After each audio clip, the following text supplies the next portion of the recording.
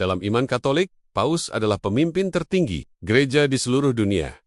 Ia bukan sekadar tokoh administratif, tetapi penerus langsung dari Santo Petrus. Sebagai uskup Roma, ia menggembalakan lebih dari 1 miliar umat Katolik dengan satu iman. Semua bermula dari sabda Yesus Kristus kepada Petrus. Matius ayat pukul 16-18, "Engkau adalah Petrus, dan di atas batu karang ini aku akan mendirikan gerejaku." Inilah dasar lahirnya kepemimpinan Paus dalam gereja.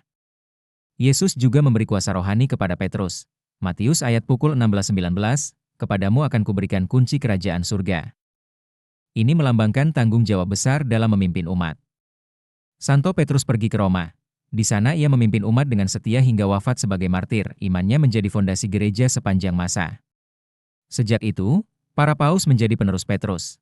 Rantai ini disebut suksesi apostolik yang tidak terputus. Dari zaman Rasul hingga hari ini, iman terus diwariskan.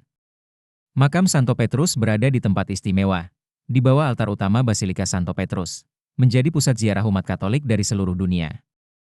Paus saat ini adalah Paus Fransiskus. Ia adalah Paus ke-266 dalam sejarah gereja, terpilih pada tahun 2013 menggantikan Paus Benediktus XVI. Seorang Paus menjabat seumur hidup, namun ia bisa mengundurkan diri bila tidak mampu lagi. Hal ini pernah terjadi pada Paus Benediktus XVI.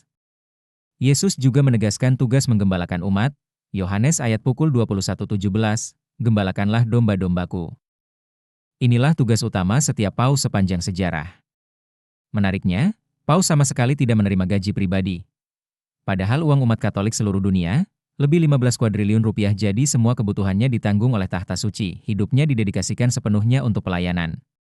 Paus Fransiskus dikenal hidup sederhana, ia memilih tinggal di tempat yang sederhana, bukan istana mewah. Kesederhanaannya menjadi teladan bagi dunia. Perjalanan internasional Paus juga dibiayai Vatikan, sering bekerja sama dengan negara yang dikunjungi, semua demi pelayanan dan misi perdamaian.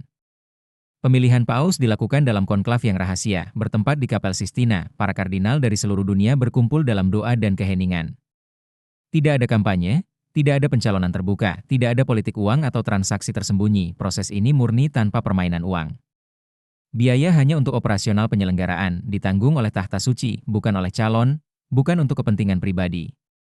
Para kardinal memberikan suara secara rahasia, seorang calon harus mendapat 2/3 suara, semua dilakukan dengan penuh tanggung jawab iman.